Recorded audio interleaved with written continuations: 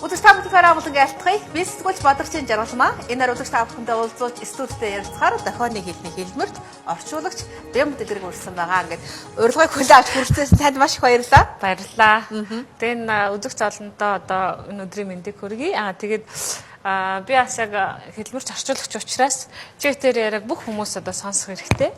Ялангуяа одоо яг миний энэ одоо дохионы хэллийг ингэж хүргэдэг хүмүүс маань чигтэр ярилцлагыг бас сонсох хэрэгтэй учраас би бас ингээд дохионы хэллэр энэ ярилцлага явуулъя гэж бодож байна. Тэгэлгүй яг хоо би ч гэсэн бас ингээд Бямбагш маань дохиод битээр ингээд хоорондоо ярилцах юм бол маш олон үзэгчд хүрэх байх. Мөн ийм хүмүүст бас нэг зүйлийг мэдрүүлэх ёстой. Энэ хүмүүсийн төлөө ажиллаж байгаа хүмүүс ч гэсэн бас тодорхой хэмжээнд дараагийн алхмаа хийгээсэй гэж хүссэн учраас би Бямбагш студидтэй урьсан юм аа. Аха. Тэгэхээр ер нь хэдийнээс одоо дохионы хэлээр ажиллаж хичээлж эхэлсэн бэ? За би бүр яг хүүхэд байхдаа гэж хэлж болно. 17 18 настай дөнгөж оюутан болоод манай одоо сургуулийн нэг давхар тийм хэдэн дүлийн ингээд хүүхдүүд залуучууд ингээд юу айдаг байсан нэг юм хевс. Тухайд нөгөө нэг юм юу байдаг ш та оролт малгай юм махер гэж ярьдаг байсан да. Тэрнийг ингээд ойдог ингээд байсан. Тэрийг би ингээд оюутан бах дөнгөж анх оюутан болол бүх юмыг ингээд сонирхож эхэлж байгаа үед тохиогоор ажилласан хэдэн залуучууд тэнд ажилладаг байсан байхгүй. Тэгээ би харж байгаа л хүүх ийм хүмүүс байдсан бахта ямар сони юм бэ? Эднэр одоо яаж ингээд хүмүүстэй харилцдаг юм болоо? Яаж одоо ингээд ажилд амьдрдаг юм болоог надад их сони санагдчихсан. Тэгэл би тэр хүмүүстэй айгүй тийм хүүхдийн юу ч бодлоо гинэн цагаан одоо сэтгэлээр шууд уулзаад энэ юу юм тэр юу юм ингээд надаас ингээд асууж эхэлсэн. Тэгээд тэр болгонд энэ юмыг мэддггүй юм байна, энэ зүйлийг мэддггүй юм байна гэж одоо тэрийг хэлж өгөх гэсэн миний тийм чин хүсэл байсан учраас би дохионы хэлийг айгүй хурдан тэр хүмүүс дундаас нь сурсан байхгүй. Ялангуяа Монгол улсад чинь юм яг дохионы хэлний одоо тий боловсрол болох юм зүйл Монгол улсад бол байхгүй л дээ. Тэгээ би энэ бас хоёулын хайрцаг хэлэхдээ бас нэг гоё үгийг хэлье гэж хүсэж байна. Энэ бол одоо яг миний одоо найз одоо бид нар ингээ хамтдаа яг энэ одоо миний найз юм аа бид нар хамтдаа яг энэ сонсголын бэрхшээлтэй залуучууд хүүхдүүдийн дунд ороод бидраас ингээд тохиос орж исэн 4 5 энэ найз үеийнгийн эмэгтэйчүүд байсан. Тэгээ бид нэр хамтдаа яг тэр хүмүүст ингээд чин сэтгэлээс туслахны үндсэн дээр одоо яг энэ дохионы хэлний хөгжил, дохионы хэлийг сурах, заах одоо тий энэ бүх зүйлийг өөрсдийнхээ биедээр ингэж сураад, туршаад, мэдрээд ирсэн ийм хүмүүс байдаг. Тэгээд бид найзууд хамтдаа 2013 онд Санжанаг энэ дохионы эдний хэлмэр туршлагын холбоогийн төрийн бус байгууллагыг үүсгэн байгуулад тавуулаа. Тэгээд энэ соёлоо маань юу гэжсэн гэхээр нүдээр харж чихээр одоо нүдээр ингэдэг байхгүй нүдээр хараад сэтгэлээр ингэж сонсдог одоо дүрслэл утга төгөлдөр дохионы хэл гэдэг үгийг хэлжсэн. Тэгээ би энэ үгийг ингэж одоо тренд болох айгуу дуртай.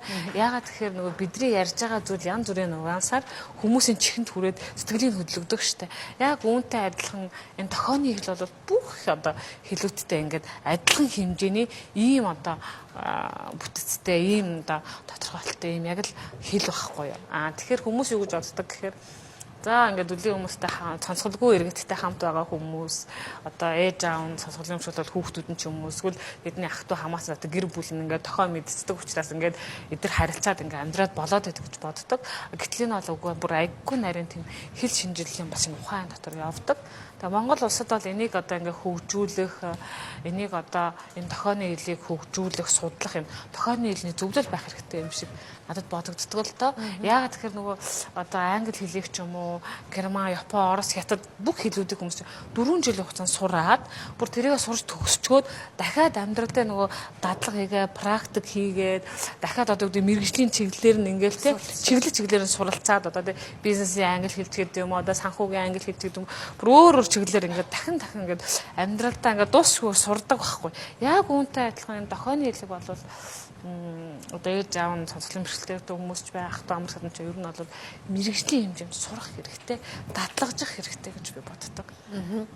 Ингээд таныг ярьж байгааг харахаар би ингээд бүр гайхдаг л да тий. Зөв юу ч юм телевизийн нэвтрүүлэгч юм уу телевизийн хөтлөгч нарт сахал тавьж болдоггүй тийм ээ. За нүднээс тодорхой хэмжээнд ингээд тийм ээ олон нөгөө нээлттэй байх хэрэгтэй гэдэг зүйлийг ярьдаг. Зөвхөн биений хувьд ч гэсэн ингээд аливаа зүйлийг ингээд ярьж байгаа ингээд болж өгөх ингээд нүдэрээ хэлхээсэ гэж боддог байхгүй. Би дохойны хэлт мэдэхгүй юм чинь тэр сонсголын бэрхшээлтэй тийм хүмүүс намайг хараад мэдрээсэ гэж хүсдэг. Гэтэл та бүхэн ингээд бүх сэтгэлээсээ ингээд юмаа ярьж байгаа үнэхээр гайхамшигтай байдаг. Ер нь яг дохойны хэлний асуудал тийм ээ юу хэрэгтэй байдаг юм бол? Ер нь аль дохойны хэлийг сурах мөн одоо амьдрал дээр яг дадлагжуулах энэ бүхэн их чухал л да. Гэхдээ энд бас арга зүй бас байх ёстой. Ямар нэг юмыг сурахад дохойг сурах тэр ямар нэгэн хэлийг сурах тэр одоо нэг судалгын техник гэж байгаа шүү дээ тийм ээ. Тэгэхээр одоо энэ дохойны хэлийг сурахад ер нь хүнээс хамгийн нэгдүгээр тийм яг тийм чин хүсэл зүрх сэтгэл хэрэгтэй мэдээж ямар ч мэрэгжлийг сонгосон тий. Гэхдээ энэ сэтгэл маань юун дээр суйрлах вэ гэхээр хүмүүсийн сайн сайхныг төлөө тий би биш юмаа гэхэд энэ хүмүүс эргээд миний хийж байгаа ажлаар миний үр хүүхдүүд ивээгдээсээ өрөөгдөөсөө тэд нар юм гайхалтай амьдраасаа гэх тийм чин сэтгэл аягүй чухал юм шиг юм гэж би өөртөө ингэж гүн итгэдэг.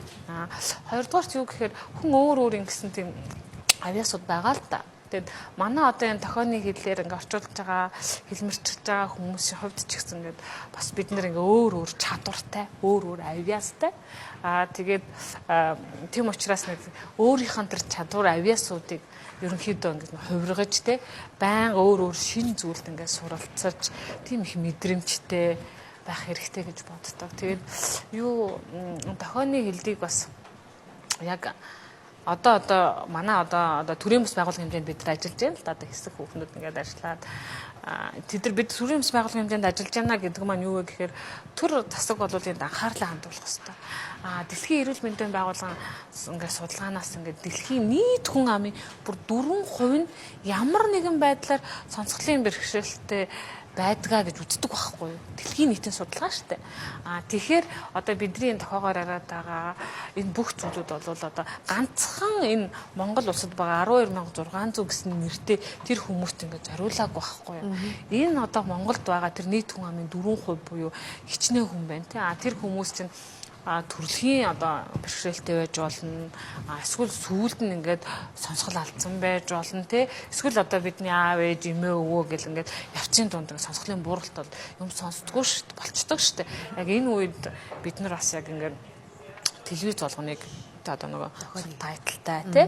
Тэгээ болж өгвөл мэдээллүүдийг түүхэн одоо би одоо бодохдоо дээр үе уламжлалт одоо түүхэн нэвтрүүлгүүдийг тэгээд ер нь одоо энэ хувь хүний хөгжил сэтгэл зүй одоо нийгмийн асуудалтай холбоотой гарч байгаа зүйлүүдийг зааж сурахын тулд ерөнхийдөө бас дохойны хэлтэй үзүүлж явуулах хэрэгтэй гэж би боддог. Ер нь бол тийм байгаасаа гэж бодож байгаас гадна дэлхийн нийт бол яг энэ хэмжээнд хүрээд хөгжөөд яваад байна.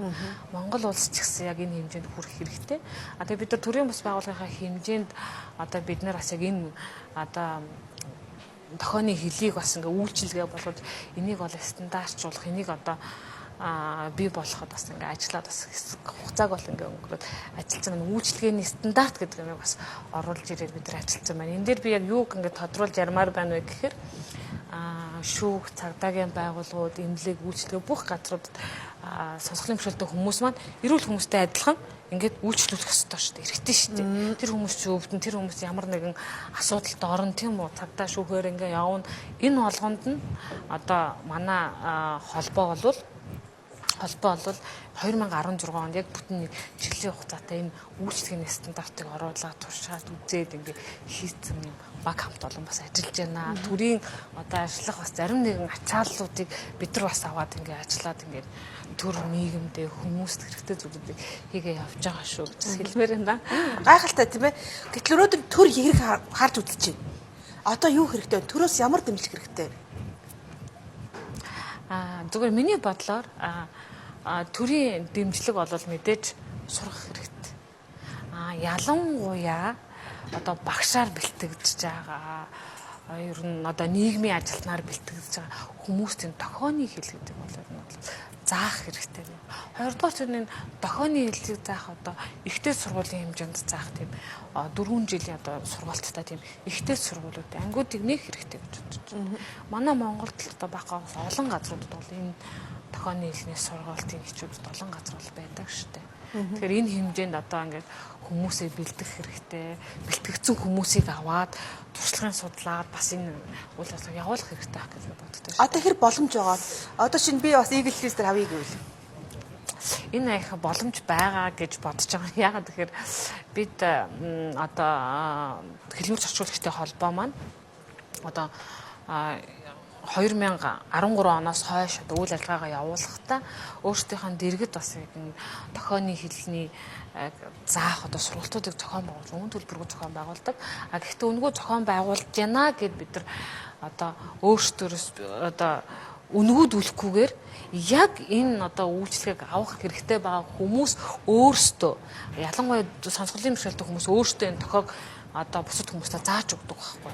Тэгээ энэ сонсголын бэрхшээлтэй хүмүүс өөрсдөө бас боловсролтой одоо тусгай сурганы арга зүг ингээд судалсан Монгол одоо хэлээрээ багшийн мэрэгжилтэй тэгээ энэ хэл шинжилэлээр ингээд бас суралцж байгаа ийм хүмүүс ингээд тохиогоо заадаг. Тэгээ энэ дээр бас ингээд орчуулагч нар хэлмэрчнэр ингээд хамтраад бас ингээд тохиог нь зааж байгаа хичээлүүд орчуулж өгөх маягаар ингэж явуулдаг л да. Тэгэхээр энд бас биднэрт боломж байна. Одоо бас сүүлийн 2 жилд 50 одоо юм хэлмэрч орчуулагчдыг бэлтгэх одоо сургалтуудыг үе шаттайгаар явуулж байна л да манай холбоо. Тэгээд энэ холбоон дээр одоо 4 өдөр болгоны 4 цагаас сонсголгүй иргэдийн мэдээллийн төв дээр энэ дохионы сургалтыг зааж байгаа. Чөлөөтэй хэн дуртай чөлөөтэй ирээд оролцож болно гэж хэлмээр байна. Энэ бол бас их халтан боломжтой. Ер нь дохионы хэлийг бас ганцхан би түрүүн хэлсэн цонцгоны бэрхшээлтэй хүмүүст зориулаад байгаа юм биш үү? Бүх энэ нийгэмд энэ улсад энэ цаашдаа одоо энэ дэлхийн хүмүүст зориулж энэ дохионы хэл. Яагаад гэвэл би бас юу гэж боддог вэ гэхээр хүн одоо бэрхшээлүүд дундаас хөгжлийн бэрхшээл дундаас ямар бэрхшээл илүү хэцүү гэхвэ гэхээр хүмүүс хараас таа юу хэцүү гэж болдог. Бүгд адилхан хэцүү. Бид нар ч гэсэн адилхан одоо тий амьдралын одоо сайн муу ингээд бүх юмыг даван туулаад амьдарч ирж байгаа. Бүх юм тийм амархан бол биш. Тийм ээ хэцүү. Тэр дундаа энэ дэлхийд хүн болж ирчгээд хүмүүстэй харилцаж чадахгүй хүмүүсээс ингэж тусгаарлагдаж амьдрах хүмүүсийг өөрийнхөө нүдээр ингээ хүний амьдралыг хараад байгаа хэрнээ яг тэрийг хүнтэй адилхан ярьж илэрхийлж чадахгүй ба хүн гэдэг ямар эмгэнэлтэй вэ те ямар хэцүү вэ тэгээд миний аав ухаантай хүн байсан л та тэгээд аав маань тэгж хэлдэг байсан байхгүй хүний мууд ингээ хань бол хүний мууд тусалж вэ гэж ер нь бидрийг тэгж ингэ сургаж хүмүүжүүлсэн. Тэгээд ээж маань нөгөө эмч байсан. Тэгээд манай гэрээ хаалгуулсан. Тэгээд хүмүүс ирээл ингээл даргалтаа үзүүлэл тусал мослог гэж хийлгүүлэл ингээл ердөөсөө гэж чөлөөтэй. Ингээл аягүй хүмүүс ингээ манад ирдэг аав ээж тэр ингээл байнга л ингээ тусалж идэг тийм байсан. Тэгээд би өсвөр насны дээр ирээл ингээл нөгөө хүүхэд юм чин дөнгөж уснасан дээрээ ингээл хүмүүс ингээ айл хаалгана ингээл чойчтой тий гэр нь ингээл чойчтой баг хүн орсод хинбэ гэж асууж байгаа л оруулж маруулдаг тийм багт яага манах дандаа хаалга нээлттэй байж хаалга чойжлооч гэж ойлгохгүй тий тэгдэг байсан тэгэл аав ээж хоёр болохоор үгүй миний ах хин ч хамаагүй эрэг манад тий бид нар чадлаараа туслах хэрэгтэй байхгүй гэх тэгэл аав маань ингээл хөвшин настай хүн ингээл бүр ингээл өвлийн хүүтэнд 9 зингээ эхэлж өвлийн хүүтэнд ингээл нэмэхгээ нөгөө дээр үуч нэг юм эрэгтэй хүмүүс чинь нэг тийм болтой өмсдөг шээ нэмхэн дараапан болтой гэж ярьдаг байсан. Тий. Дараапан болтой ингээ өмсдөг. Тэгээд ингээд нэг өдөр ингээ аав маань бүр ингээ цэцэрсэн ингээ дараапан болтод ороод ирэхгүй. Тэгээд би ч нэг яг ингээ гайхаал ингээл ээж ингээ уурлаад юу алж байгаа юм бэ чи гэсэн нэг нөгөө нэхийг авч тайлаад тэр хөгшөөнд өгчөөл өөрөө тийм нэмхээ өмсөд ороод ирж байгаа байхгүй юу.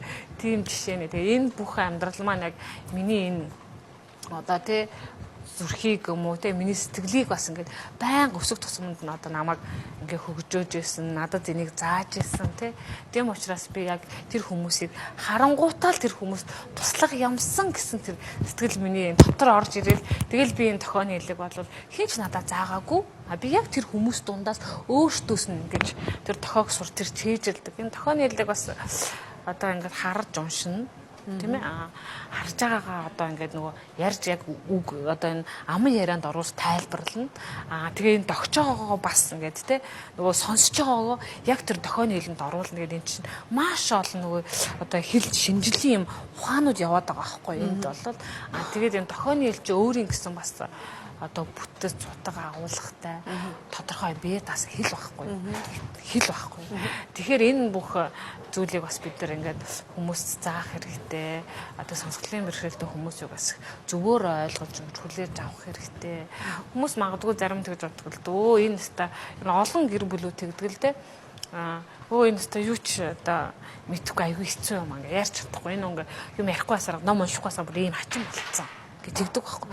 Үгүй байхгүй. Тэр хүмүүс хамгийн мундаг хүмүүс. Юу гэхээр төрөнгүүтээ тэд нар өөрсдийнхөө хэлийг өөрсдөө үүсгдэг.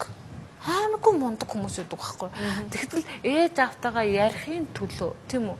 Энэ дэлхийд хүн байгаад өөрийнхөө амьдралыг бүтээхийн төлөө тэр нялх хамт 1 настай 2 настай нялх хамт өөрөө ингээд тохоогоо ингээд сэтгэж штеп. Би ууя тий тэр ээжигээ одоо би мөөм гэж хэллээ. Мөөмийн нэгддэг учраас тийм ээ. Би аавнд одоо магадгүй дандаа сахалтай учраас би энийг аав гэж хэллээ. Тэр ийм урт гизэгтэй байдаг учраас тэрийг гизэгт гэж хэллээ гэдэг. Өөрөө тэрийг ингээд сэтгсэн тийм асар том одоо үгдийн мэдрэмжтэй тийм одоо мундаг хүмүүс байдаг шүү дээ. Ер нь бол тэгэхээр энэ хүмүүсийг нийгэм өөрөө бас ингээд хүлээж авч өөрсдийнхөө дунд оруулаад тийм энэ бас юм том юм баялаг капитал байгаа байхгүй юу? Энийг бас бид нэр яг бидэртэй адилхан эрхийнхаа дагуу ингэж яах хэрэгтэй л өсгөх хэрэгтэй л дээ. Би манайх конвенц нөгөө тэгээд хөгжлийн бэрхшээлтэй хүний эрхийн конвенц тэгээд инчоны стратеги маш олон одоо хууль эрх зүйн бичиг баримтад одоо ингэ нэгдчихэд яваад нь шүү дээ. Тэгэхээр энэ дээр бас бид нэр төр захиргаа маань тэр одоо ер нь бол төр улс төр ярихаасаа уртаар хүн болгон яг ингээд хүмүүст хүрх юмсан туслах юмсан тий өөрийнхөө одоо чаддгаараа одоо нэгнээ дэмжиж амьдрах юмсан гэсэн чин одоо хүсэл байх юм бол бүх юм ингээ сайхан болно гэж боддог. Би одоо гон зочны асуумаар байдаг гэтэл би ингээд харц суусараа би миний асуултууд ер нь алга болоод байна л да. Тэр ер эглэд 1998 оноос эхлээд дохойны хэлээр болоод мэдээлэл хүргэжсэн гэдгийг бас үзэгчд маань сайн мэдэх бах.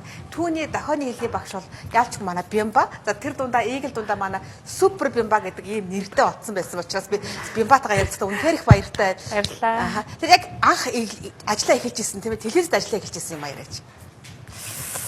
Анх бүр жоохон хүүхэд байхдаа би Монгол телевизэд анх одоо яг энэ мэдээний одоо хэлмэрчээр ажиллаж ирсэн. Гэхдээ Монгол телевиз маань анх одоо үүсгэн байгуулад яг энэ дээр хүмүүс авч ажиллаж байсан бол тогтвортой ингэж ажиллаж байгаагүй. Ер нь бол байнга ингээл тэ 1 сар 2 сар явал байлдаг ч юм уу юм байсан. Харин 1998 оноос эхлээд би ч бүү бас их жоохон л байсан байна. Ер нь бол энэ 7 хоногийнхоо таймыг манай эгэл телевиз тасралтгүйгээр 4 жил хийсэн байхгүй юу? Яг энэ тохойны тийм учраас хүмүүс юу гэж боддог гэхээр эгэл телевиз бол анхдагч. Энэ бол мэдээний одоо тухайн үед тэр мэдээ гэдэг зүйлийг эгэл телевиз өөрөө яг жинхэнэ утгаар нь хүмүүст хүргэж ирсэн байхгүй. Тийм ч учраас энэ тохойны хэлтэйгээр 4 жил явж ирсэн. Тухайн үеийн одоо яг эгэл телевиз ажиллаж ирсэн одоо залуучууд маань одоо хамгийн одоо мундаг одоо сэтгүүлчид одоо мэрэгжлийн хүмүүс болж чадсан. Эгэл телевизээр нь хүмүүсийг аягүй сайхан гэж өсгдөг. Бүх чадвараар нь гэж хүмүүсийг дэмждэг. Тийм одоо сайхан телевиз шүү дээ. Тийм учраас би эгэл телевизэд аягүй хайртай. Манайх ингээ юм ярихлаар Супер Бямба мэднэ гэдэг аягүй тэгдэг байхгүй. Түүх ярих гэхээр. Одоо ингээ би Бямбатайгаа ярьслах ингээ хараад би орой болгон одоо үндэсний телевизийн мэдээ үзлээ л дээ. Гэтэл үтгч миний мэддэг одоо нөт хамгийн тий гоё мэдээ ингэж өгөхгүй байна л да. Би болохоор ингээ мэдээ гэхлээр ингэж өгөх гээд байдаг. Дохойны хэл гэдэг маш ийм товчхон байдаг юм байна. Энэ манай энэ дохойны хэл олон улстай яг адилхан гэсэн үг үү? Та ингээ ямар ч хэлээс ингээ орчуулга хийж чадах одоо өөрөө мэддэг хэлнээс. Ийм дохойны хэл маань өөрөө бие дас хэл гэдэг л байна. Тэгэхээр энэ бол Япон хэл, Хятад хэл, одоо Герман хэл гэдэгтэй адилхан Монгол хэл гэдэг дохой бол өөр. Тийм. Одоо Япон дохой гэж байна те, Америк дохой гэж байна. Гэдэг нэг одоо Монгол дохой гэж байна. Энэ болохоор мэдээж дохойны хэлийг маань түрүүн би хэлсэн өөртөө л битээсэн, өөртөө л бий болгож. Ер нь бол энэ хүн төрлөختний анхдагч хэл бол угаасаа тохио зангаа штэ. Бид нар мэдчихэж байгаа штэ. Ер нь бол бүгд мэддэг те. Ер нь бол ямар нэгэн хэлгүй байсан ч гэсэн хүн өөрийнхөө тохио зангаагаар ингээд гадааш тэр хааж тэр өөрийгөө илэрхийлээд явах боломжтой. Энэ бол анх үүсвэр нь бол хүн төрлөختний анхны хэл бол энэ тохионы хэл байхгүй юу гэж боддог. Тэгээ энэ бол улс оронд бол өөр өөр. Ер нь бол олон улсын хэмжээнд томоохон хурал, чуулган, семинар энэ болох олон улсын тохионы хэл гэж байдаг л та. Энэ нь болохоор 60-70% нь Америк, Англи тохион дээр ингээд суурилчихсан тийм хэл гэдэг. Тэгэл энэ бол улс болгон өөр өөр тохионы хэлтэй гэсэн үг. Бидэнд ер нь одоо яг энэ тохионы хэлээр түрүү уучлаарай. Тий. Түрүү нөгөө нэг ярьж хамгийн ингээ манай гаралмачаас айгу мундаг. Харин бид нар шиг сурдаг байсан. Таа үсгээ ингээ сурдаг байд мэдчихээн. Юу шууд хараад уншиж штэ. Бас мундаг байд. Би бас ингэ гарыг харсан байхгүй ингээ заадаг юм болоо. Тий.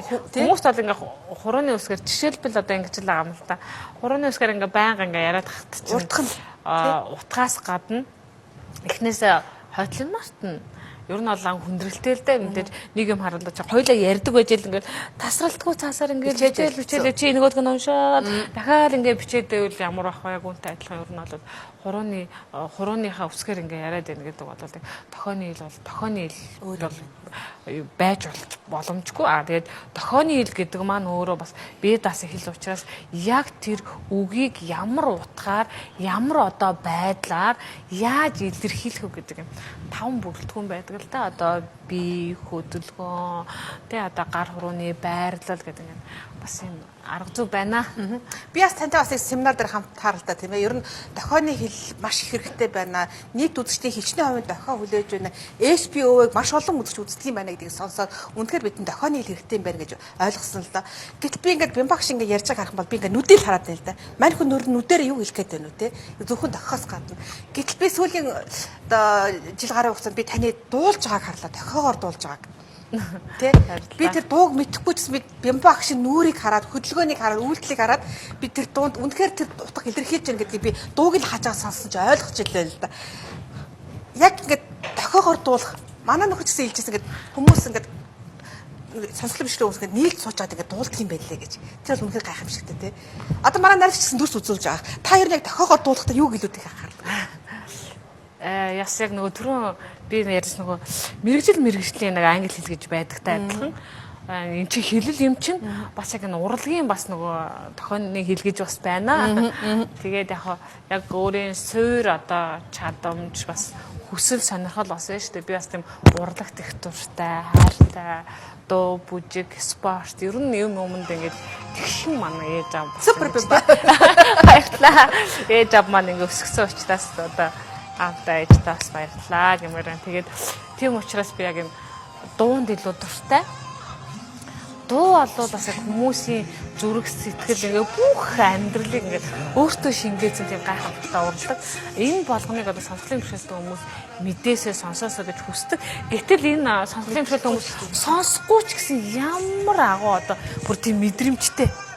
Одоо өөртөө сонсохгүй ч гэсэн одоо диффузерийн хөдөлгөөн байдаг шүү дээ. Тэрнгээр чи яг тэрэн шиг ингээд тэрийгээр ингээд гидсэндээ ингэж тэр нөгөө ритмийг мэдэрдэг. Тийм сонсохгүй нэ биеэрээ тэр долгион одоо бие цогогдож шүү дээ. Тэр долгионыг ингээд мэдрээ тэр хөгжмийг мэдэрдэг. Ямар гоё бүжгэлдэг гэж бодноо. Сонсохгүй нэ яг ингээд бүжиг заагаад яг ихлүүлээд өгөх юм бол аяндаа тааруулаад аюу гоё бүжгэлдэг. Тийм мундаг охтууд зөндөө байна. Залуучууд зөндөө байна. Тэгээд дуунд аюу дуртай. Сонсголын бишэлтэй хүмүүс дуулж чадахгүй шүү дээ. Гэхдээ яагаад дуун дуртай байна гэхээр тэр дууны утгыг одоо бас ингээд нэлээд олон яг энэ дууг бас ингэж бас бодож байгаа. Ер нь би өөрөө дуу тохиох илүү дуртай. Тэгээ энэ дууг ингээд тохиод өгөх тусам манай сонсголын бишэлтэй хүмүүс ийм гоё юм байт юм уу гэд. Тэгээд тэрнээс гадна эрүүл хүмүүс ч гэсэн дуу гэдэг чинь өөрөө нөгөө яг одоо дуулж байгаа нь хоолойно одоо темпүүд янз бүр болдог те ингээл тэр бүхэн чинь тохионы хэл байдаг. Яг адилхан. Тэр хүн ингээл одоо намуунд дуулж ивэл одоо ингэж орчуулах юм уу те амар хүчтэй дуулж ивэл одоо бас ингээл хүчтэйгээр орчуулна те. Тэгэл хүний яг тэр нюанс тэр дууны утга эдрийг илэрхийлэх тохионууд дээр бас олон зүйлээс боломжтой шүү. Энэ бол үнэхээр гайхалтай буйны ажил юм байна те. Яагаад гэвэл дууны аяыг мэдрэхгүй хүн тэр аяыг тэр хөг мэдрүүлнэ гэдэг бол үнэхээр гайхамшигтай. Би зочноо ингэж ярихаа бүр нүдрөөр хараа бүр өөрийгөө сонсголын бэрхшээлтэй хүмүүс дуудуулна гэдэг бол гайхамшигтай. Юун дээр илүүтэй та тэр хүмүүст хүрэхийг яадаг вэ? Хүсдэг вэ? Та тэдэг дуу тэр дуулж өгөөч. Баярлалаа. Дуугаар дамжуулаад хүмүүс амьдралыг ухаараасаа гэж хүсдэг. Найруулагчны дуу өгчдөг үү? Хоёулаас яг хамтдаа дуулдаг үү? Би яаж дуулахыг сайн мэдээ. Намайг ингэж дагаад канондод хуудаад бас ингэж яваад үзээрэй. Тохоогоор дуулаад үзээрэй.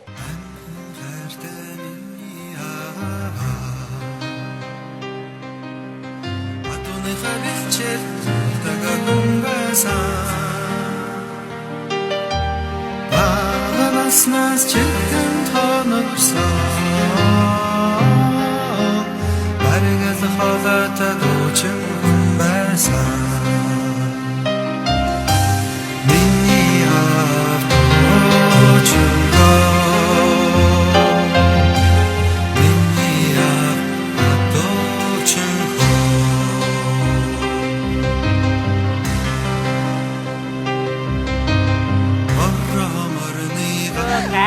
Яг ийм гоё мэдрэмжийг чиний ингээд аавыгаа хараад ингээд боцсон ийм гоё зүйлийг энэ сонсголын бэрхшээлтэй хүмүүс сонсохгүй ч гэсэн бас адилхан аваад тэнд ингээд огшоол те нэрээ би аавтайгаа хизээ ингээд ярьлаа миний аав нэрээ ийм хүн байсан штэ гэд бас яг адилхан бодож байгаа тэгээ баярлалаа. Миний аав дуучин хүн байсан.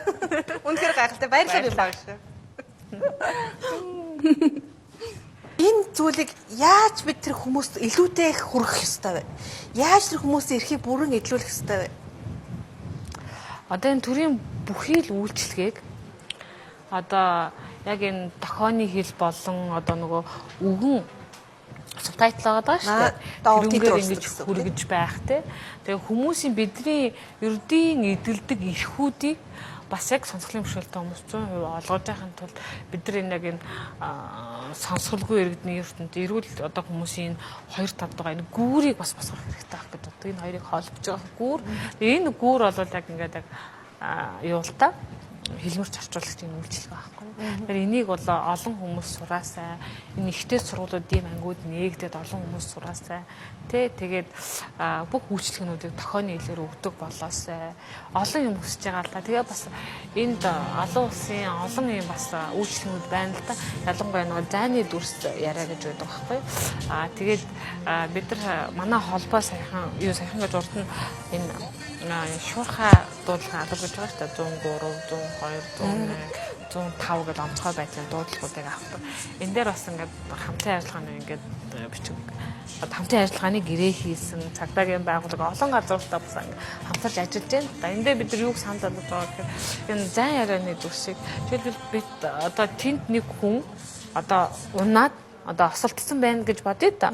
Осолдсон байгаа тохиолдолд тэндээс шууд сонсголын бэрхшээлтэй хүн болохоор яг нь одоо наашаа одоо манай шуурхай албалаа холбогдно гэсэн үг л дээ. Шууд ороод нөгөө юугаа аппликейшнээр утсаа асаагаад шуурхай албан шууд холбогдоод видео дохоогоор ингээд шууд ярина. Гэрээсээ ч юм уу утсаараа шууд хөрөмжөр юм. Шуурхай ардан дээр ихэд шуурхай албан дээр угаасаа яг юм сонсголын тохойны хэл мэддэг. Тэрийг ингээд хэлээрээр буулгадаг тийм орчуулагч сууж байна шүү дээ. Тэгэл орчуулагч шууд авлаа шууд уцаараа цаашаага ярьлаа. За энэ дээр одоо тэр хүн ярангуудаа одоо үгдэн те одоо Баянгол дүүргийн тэдгээр хорооноос холбогдож байна. Иргэн одоо тэр байна. Манай одоо энд ингээ гал гараад байна гэхэл дөнгөт шууд тэрийг одоо 105 руу би одоо орчуулж илээ гэсэн. Тийм аппликейшн одоо байгаа юм. Аппликейшн бол байхгүй нь юу байгаа төхөөрөмжүүд байдаг байхгүй юу? Ийм төхөөрөмжүүдийг одоо манай үйлчлэгээ үзүүлж байгаа байгууллагуудад бас аваад энэ үйлчлэгэндээ нэвтрүүлээд ингэх хэрэгтэй. Ялангуяа энэ онцгой байдлаар шуурхай албаны газар тийм бүр одоо баг ажиллаж явах хэрэгтэй байхгүй бүр 24 одоо ажиллах боломж байгаа юм. Ажиллах боломж бол байна. Тийм орчуулагчныг бид нар бэлдэж байна. Тэрэн дээр одоо яг хөрөнгөжүүлээ, тэр хүнийг цалинжуулаа, тэр дэгдгийг аваад өгөх одоо төрийн дэмжлэг бас хэрэгтэй. Үй гişүүдээ, хурлын гişүүдээ ийм ажил байгаа юм. Энийг ягаад хуульчлаад бид тийм ээ хүн бүр тэгшэрхтэй байж болохгүй. Энэ хүмүүс чинь бидэртэй адилхан мэдээлэл авах, амьдрах, эрүүл орчин бүх зүйлээр төрийн үйлчлэгийг хангах хэрэгтэй байгаа гэтэл төрийн бус байгууллагын зүгээр яриад суугаад биш. Нөгөө их хурлын эрхэм гишүүд байна. Нөгөө л ажил хийх ёстой усуд байна. Энэ бүхнийг хийх ёстой байх гэж би бодож байна л да. Та бүхэн ярилцсаг ерөнхийдөө өндөрлж байна. Уг нь би яриад би таны нүдийг хараад л баймаар байна. Баярлалаа. Тэгэхээр яг тань шиг хүмүүсийг би яаж олон болохгүй? Яаж тань шиг сэтгэлийг илүү их бий болгох вэ? Тэгээд яг ийм сэтгэлтэй хүмүүс дээр одоо ирээрээ хүмүүсээ тэгээд бас бидний одоо нөгөө пүрэв гаргийн одоо үн төлбөргүүд төр зааж байгаа сонсголын бэрхшээлтэй багш нартаа уулзаад энэ тохиог сураасай. Тэгээд одоо төр нийгэм маань те энэ үйлчлэгийг хийхин төлөө юу хийх вэ гэж хин хаана юу хийж хамтарч ажилласаа гэж хүсэж байна. Тэгээд сонсголгүй иргэдийн мэдээллийн төв буюу 100 айлын баруун гар талд Amper House гэж байгаа. Amper House тэрний 4 давхарт нь 4 өдөр болны 4 цагаас одоо тохионы хэлийг манай мэрэгжлийн сонсголын бэрхшээлтэй одоо хүмүүс багш нар ингээд зааж байгаа. Тэгэхээр энэ төрийн улсууд ийм асуудал маш сайн одоо анхаарах хэрэгтэй. Би яаж тохио мэдэхгүй байна л да тий. Өнөөдөр миний зочин за тохионы хэлний хэлмэрч орчуулагч Бямбут дэлгэр байлаа. Үнэхээр нийгэмээс эдгээр хүмүүс бол тусгаарлагдах ёсгүй. Тэд үндсэн хуулиар хамгаалагдсан эрхээ эдлэх ёстой. Тэгэхээр төр засгийн маань энэ зүйлд анхаараач. Үнэхээр гал гарсан ч юм уу, осолсон ч юм уу, тийм асуудал тэдгээр хүмүүс төр мэдээлэл өгөх одоо зайлшгүй шаардлага байдаг. Энэ бүхэнд ядаж хангаад өгөөч. Та сая ядаа ярилцах гэж ирэхдээ шүүх хуралд очоод ирлээ гэсэн шүү дээ тийм ээ. Үнэхээр тийм шүүх хурал өөрийнхөө их асуудалд тэдгээр хүмүүс яах вэ? Хинт хандах вэ? Хинээс тусламж гуйдаг юм. Тийм. Энэ манай бас яг энэ тохионы хэлний үйлчлэгийг нийгэмд одоо хүргэх энэ ажлыг ингээд үйлчлэгийн стандартыг бий болгоход бас энэ байцаан шийтгэх үйл ажиллагаа. Энэ айгүй бас айгүй сайн одоо боломжийн хэмжээнд явж байгаа ажил багхгүй юу. Энэ юу гэхээр манай холбоо чинь нийслэлийн засаг даргын тамирын газартай хамтраад одоо яг энэ хүмүүсээс ер нь бол урд нь сонсголын бэрхшээлтэй хүмүүсийн одоо захиалгын дагуу очиж ингэж нөгөө хинвч ашиглах хийгээд сонсголын бэрхшээлээс нэг төгрөг авахгүй, нэг ч мөнгө авахгүйгээр сонсголын бэрхшээлд хүмүүс өөрсдөө ердөөс карманаас мөнгө төлөхгүйгээр орчуулах авах эрхийг бий болгож чадсан байхгүй. Энэ бас их давуу тал. Яг л урд нь сонсголын бэрхшээлтэй хүмүүс ямар нэгэн хэрэг төвөгт орох, ямар нэгэн асуудал үүсгэхэд хэлмэрч орчуулагт авдаг. Одоо аав ээж арга гэрийнх нь орчуулдаг. Гэтэл хуулиндаа бол ямар ч боломжгүй байдаг. Хууль нь угаасаа тийм байдаг. Энэ хууль яагаад ингэж арга гэр бүлийн одоо ээж аав ах дүү ч юм уу орчуулж болохгүй гэхээр хуулийн заалттай шүү угаасаа. Тэгэхээр энд яг мэрэгжлийн юм тохионы хэлний хэлмэрч орчуулагч байх хэрэгтэй. Тэгэхээр энэ үйл ажиллагаан дээр бид нар нөгөө тохионы хэлмэрч орчуулгыг бэлдэж байна. Дээрээс нь бас яг ингээд нөгөө хэл шинжээч мэрэгчлээ хүмүүс маань Гайхтар сонсголын бэрхшээлтэй хэлийг бас судалж байна. Үнэхээр энэ хүн шууд одоо ингээд синхрон орчуулах хийхэд болох уу? Одоо гэдэг манай мэрэгжлийн хэмжээний тэр орчуулагч нарын тохиог ингээд те ойлгоод ингээд харилцах боломжтой юу? Эсвэл бүр боловсралгүй ингээд манай сонсголын бэрхшээлтэй хүмүүс чинь битгий их хэл нь болохоор тохионы хэл, хоёр дахь хэл битгий хэлээд өгч байгаа. Битгий хэлгийн чадваргүй, сургууль соёл сурж байгаа хөдөө орон нутгаас ирсэн хүмүүс чинь тохионы хэл байхгүй. Тийм хүмүүстэй яг бие биш яг сонсголын бэрхшээлтэй хүн өөрөө харилцаад эргээд надад тэр тохиог буулгаж өгөөд би тэр тохиог нь одоо яг энэ шүүх цагдаагийн албан ёсны одоо мэдүүлэгт ингээ оруулж өгдөг. Ийм үйлчлэгүүд бодыг стандартчлаад ингээд хийгээд эхэлсэн нэг жил маш сайн ажиллаа бид нар. Энэ бол яг нийгэм энэ байцаан шийтгэх үйл ажиллагааны одоо хэлмэрч ашиглахын үйлчлэгээ ийм стандартын байх нь хэрэгтэй юм аа гэж харуулж чадсан байхгүй. Тийм. За, миний өнөөдөр ч гайхалтай байлаа. Хэлмэрч орчуулагч Бямба илэ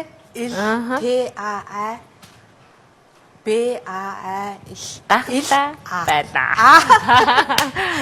Үнэхээр гайхалтай байлаа. За тэгэхээр хууль төрийнхэнд бас хийх ажил маш их байгаа юм байна шүү. Би ч гэсэн ямар ч тохионы хэлийг сураад зарим нэгэн одоо зүйлийг бас хийх үзэх юмсан гэж бодлоо. Баярлалаа би багш. Баярлалаа. Амжилт авьяас байна. Баярлалаа. Өнөөдөр тохионы хэлний орчуулагч Хэлмэрч Бямбут дэлгэртэй ярилцлаа. Баярлалаа.